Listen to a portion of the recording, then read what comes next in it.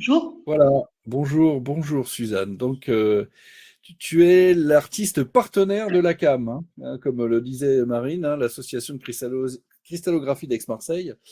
Et tu as été formé aux Beaux-Arts, justement, de Marseille. Et ton sujet, le travail qui t'occupe, c'est d'explorer la façon d'habiter les lieux ou un territoire. Donc, j'imagine que c'est cette dimension-là que tu vas évoquer dans ton propos.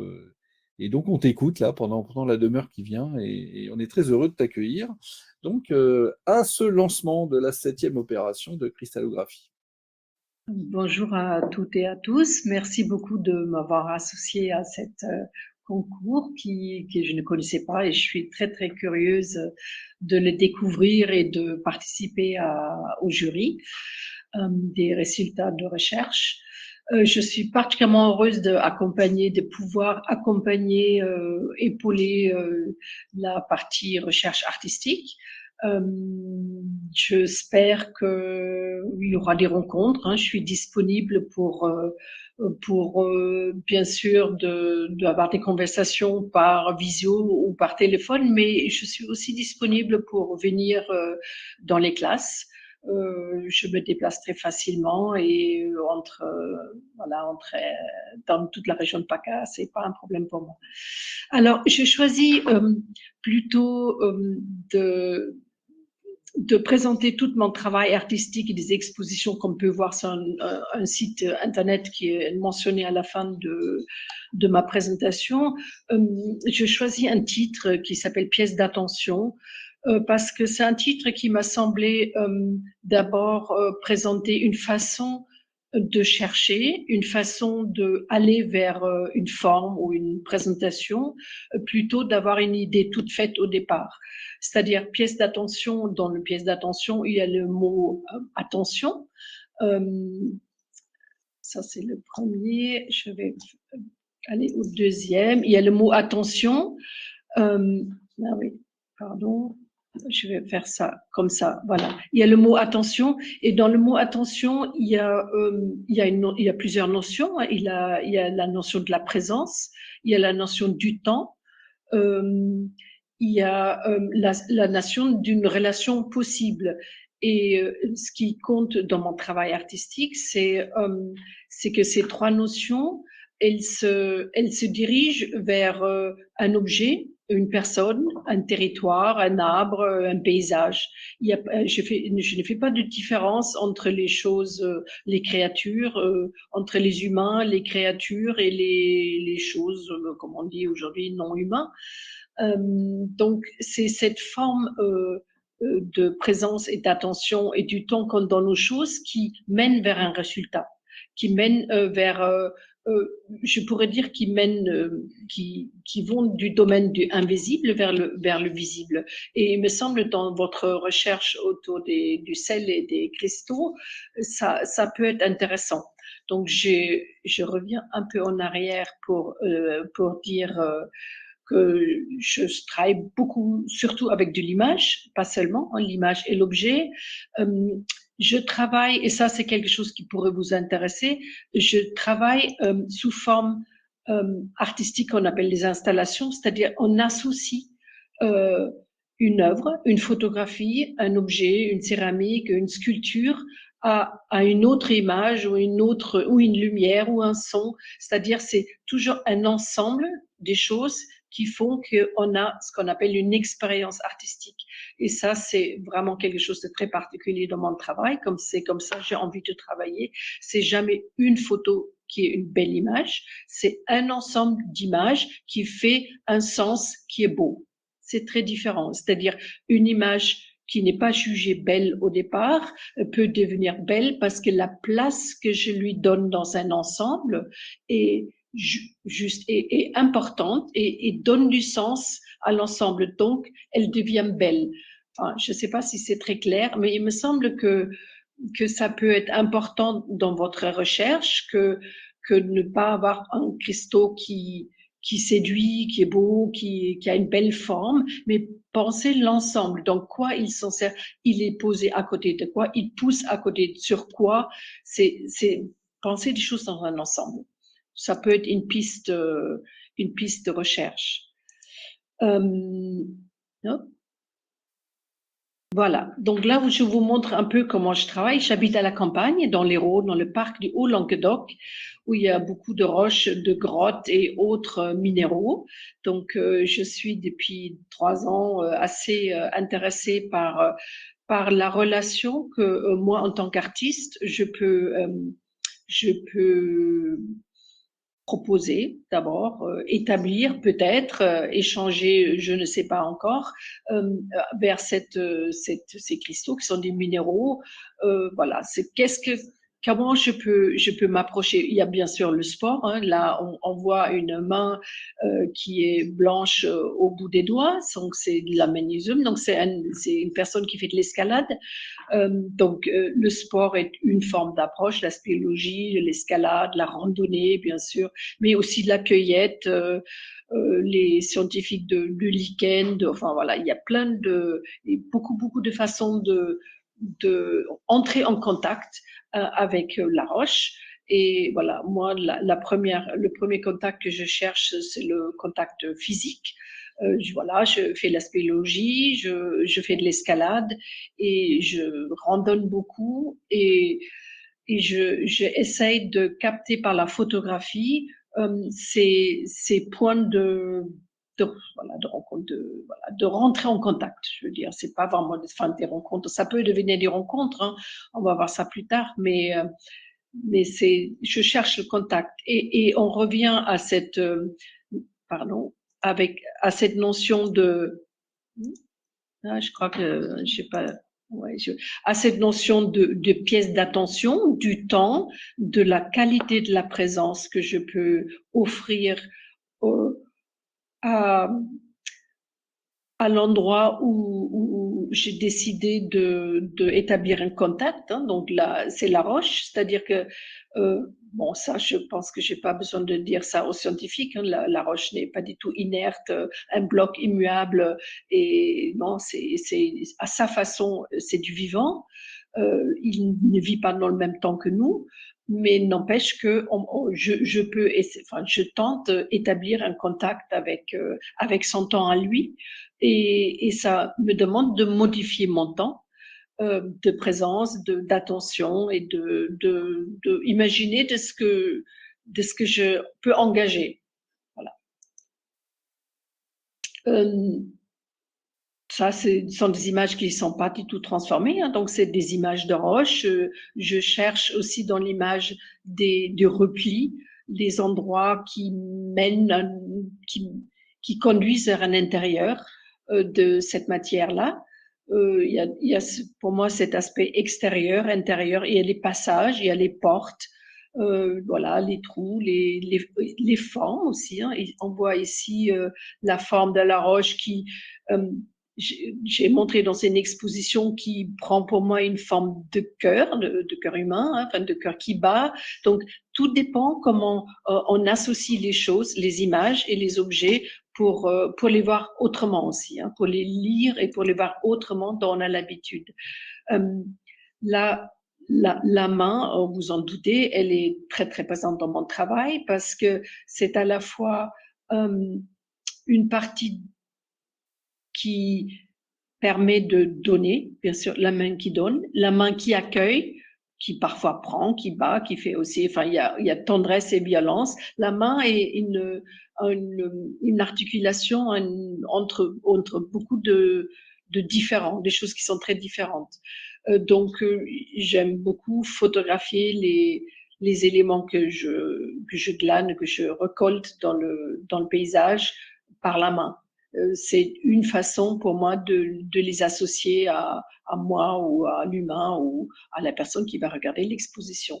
Et puis, toute autre chose à côté, c'est un portrait d'une personne en pierre très, très ancienne. C'est une statue menhir qui a été trouvée dans le parc du Haut-Languedoc, sur le mont Caroux, qui malheureusement se trouve aujourd'hui dans un musée. Je suis pas très d'accord avec cette chose-là de vouloir préserver ça dans les réserves d'un musée. Il était pendant des millénaires dans les paysages et il avait sa place. Et ça m'intéresse de me demander pourquoi il était là, qu'est-ce qu'il y faisait, qu'est-ce que ce sont des endroits particuliers. C'est une autre porte pour moi d'aller vers pas le paysage, hein, vers oui, vers la roche, vers quelque chose qui est invisible. Voilà, disons ça, vers les choses qui ne nous sont pas données comme ça tout de suite. C'est pour moi c'est une forme de porte. Donc je suis allée au musée où il est dans la cave et je fais le portrait et je l'ai mis dans une exposition. Et pour moi c'est une vraie présence.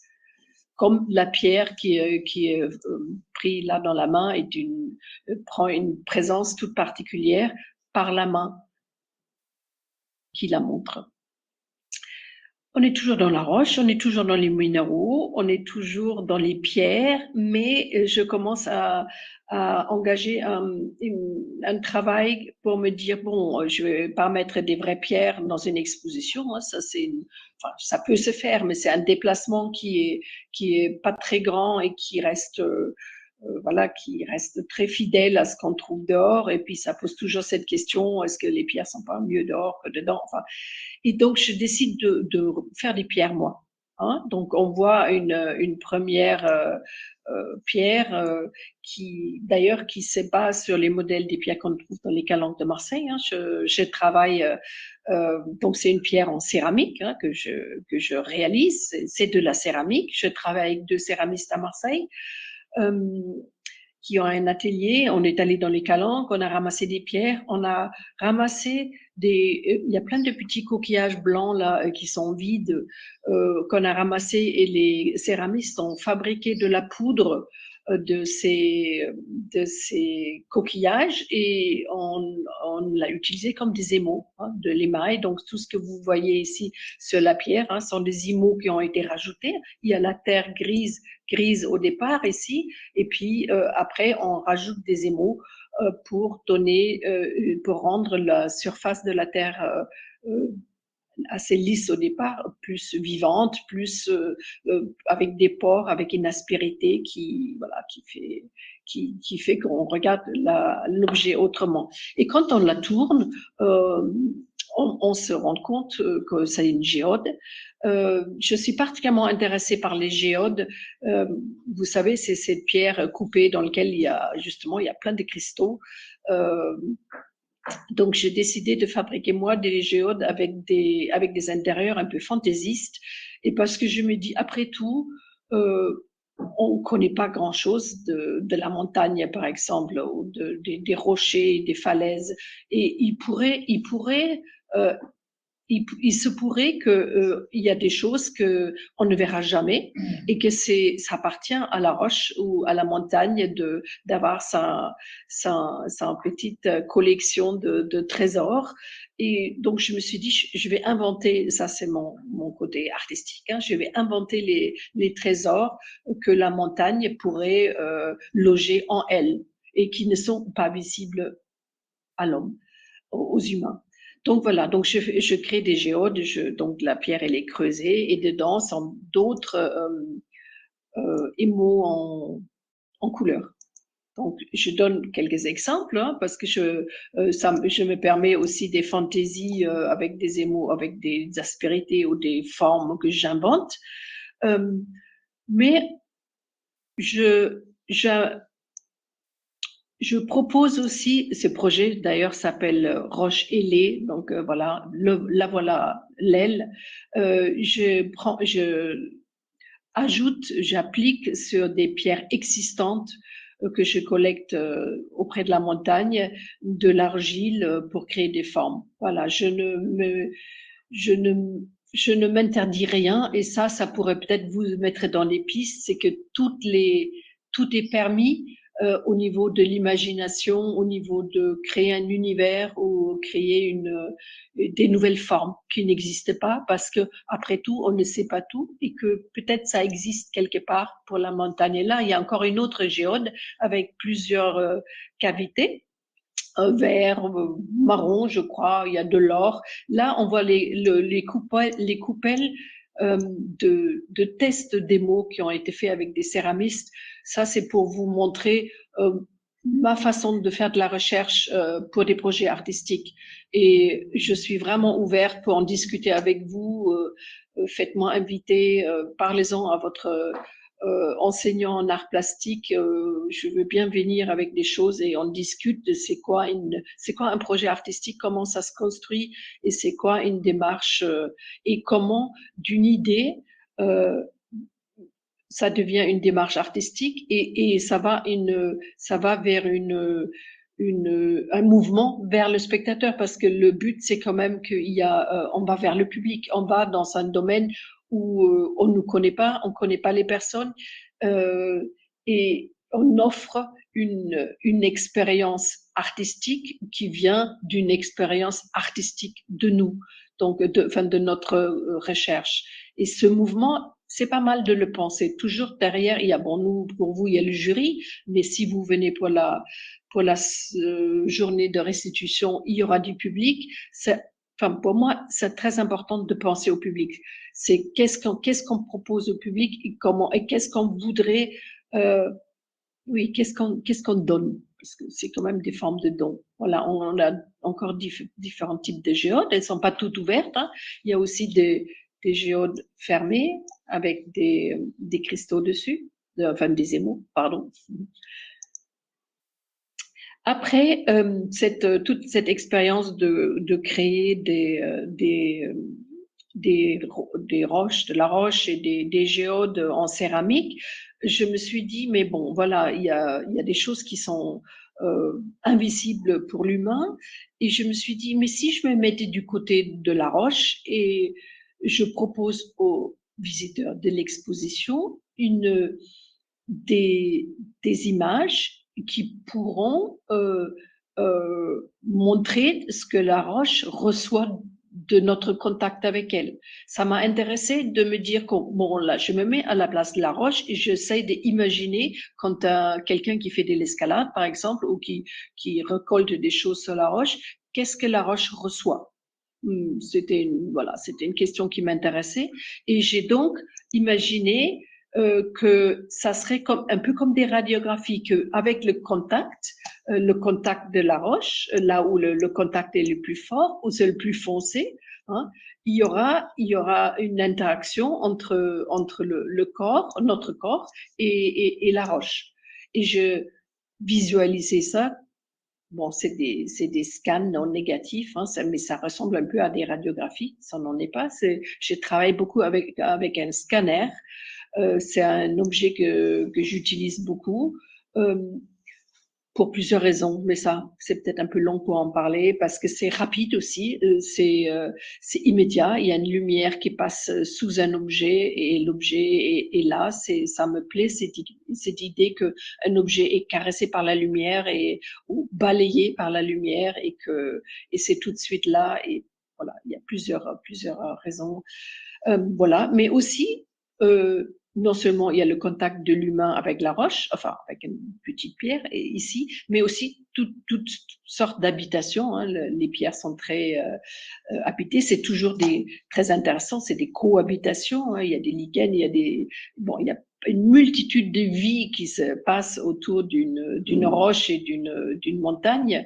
Donc voilà, ça m'intéresse aussi d'en tenir compte. Et tout ça est donné, offert et proposé aux visiteurs d'une exposition d'une façon spécifique. Et ça peut vous intéresser. C'est-à-dire qu'il y a tout un nombre de questions qui arrivent qu'une fois que les objets existent. Pour moi, c'était des objets, enfin des photographies et des objets qui montrent une rentrée en contact avec la roche de l'extérieur, des objets qu'on trouve, des animaux, les contacts avec la main. Là, on le voit mal, mais c'est un arbre sur lequel il y a un serpent. Donc aussi une forme d'accroche, une forme d'adhésion à un objet naturel d'un animal. Il y a des extraits de roche. Donc ici, sur cette partie de la structure, on est à l'extérieur de la roche. Je le montre ici. Je voulais, plutôt que mettre des images au mur, voire les encadrer, je souhaitais que le spectateur puisse tourner autour de quelque chose, d'une structure, de passer d'un extérieur vers un intérieur. C'est comme si on pouvait non tourner autour de la montagne, mais de traverser la paroi de la montagne et que j'imaginais épaisse. Ici, la structure fait une épaisseur ici, c'est de 50 cm, donc c'est assez épais parce que dedans, il y a les géodes qu'on a vues tout à l'heure. Elles sont posées là avec le dos, je reviens en avant, avec le dos de la géode, donc le côté pierre vers ce côté-là, puisqu'on est censé être à l'extérieur de la paroi rocheuse, et puis on va à l'intérieur où on trouve ce que vous avez vu, les radiographies, les bêtes, toutes ces choses, et les géodes, côté ouvert de ce côté-là, de ce côté intérieur de la montagne. Et on voit, non, pardon, c'était pas le bon sens, on voit deux images collées au mur. Là, c'est deux photographies qui sont très, très blanchies parce que c'est le côté éblouissement quand on va de l'intérieur du noir. Les spéléologues, ils le savent, hein, quand on va vers la lumière, on voit blanc, on voit très blanc. Il y a une image des Calanques de Marseille et de l'autre côté, c'est une image de la montagne du Mont Caroux dans l'Hérault.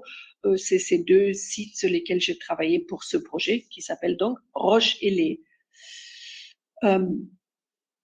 C'est une œuvre qui se trouve dans le Fonds national des arts plastiques à Paris. Donc, chaque institution muséale peut l'emprunter.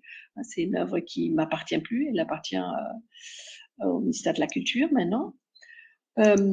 On a quelques détails. On voit un peu mieux les géodes. On est du côté... Ah oui, ce sont deux images. Ici, on est côté extérieur, les géodes donc fermées. Ici, on est côté intérieur avec les ouvertures. Donc. Et puis, pour terminer, quelques images d'autres expositions. Ici, nous sommes à Marseille, dans le quartier Belzunce, dans une structure artistique qui s'appelle La Compagnie. Je fais 1 an de résidence à Belzunce. Bon, il faut dire aussi que j'ai vécu 10 ans dans le quartier de Belzunce à Marseille, donc c'est un quartier que je connais parfaitement bien et que voilà, qui est très riche et très riche sur un point de vue humain, bien sûr, mais sociologique aussi, avec une histoire qui va jusqu'à l'Antiquité, parce que le haut de Belzunce était un village potier dans l'Antiquité. Et donc, la céramique a été très présente dans cette exposition-là. On voit d'ailleurs, hein, il y a les mains de terre rouge. Et j'ai fait plusieurs ateliers avec des groupes d'habitants du quartier. Et je les ai insérés dans mes expositions, c'est-à-dire que quand je propose des ateliers dans des classes ou auprès des adultes ou des enfants, enfin peu importe, les pièces qui sont produites ne sont pas forcément des œuvres d'art à mon sens, mais sont inclus dans mes expositions comme un jardin. Moi, j'aime bien comparer une exposition à un jardin. Il y a des plantes, il y a des fleurs, il y a des arbres vieux, il y a des arbres jeunes, il y a des arbres morts. C'est tout un ensemble et que les vieux épaulent les jeunes et voilà, et des mauvaises herbes nous font manger, par exemple, et les fleurs nous ravissent. Enfin, c'est un ensemble et je conçois aussi l'exposition dans ce sens. D'ailleurs, on peut voir que ici sur ces images, j'ai collecté toutes les plantes qui se trouvaient dans le lieu. C'est un très grand lieu. J'en ai pris soin, je les ai emplottées, j'ai changé de la terre et j'ai laissé rassembler dans une structure en bois qui est à l'entrée du lieu. Donc, c'est la structure d'accueil. C'est avec ça que j'accueille le spectateur, le visiteur de l'exposition. Ça, c'est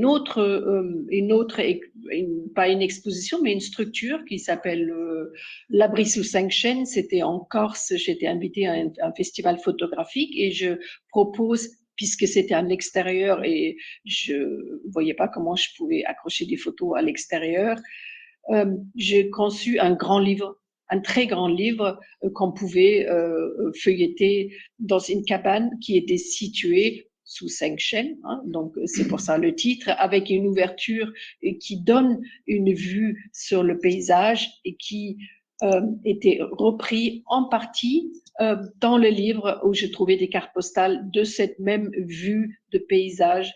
Voilà, il y a toute une recherche. Voilà, c'est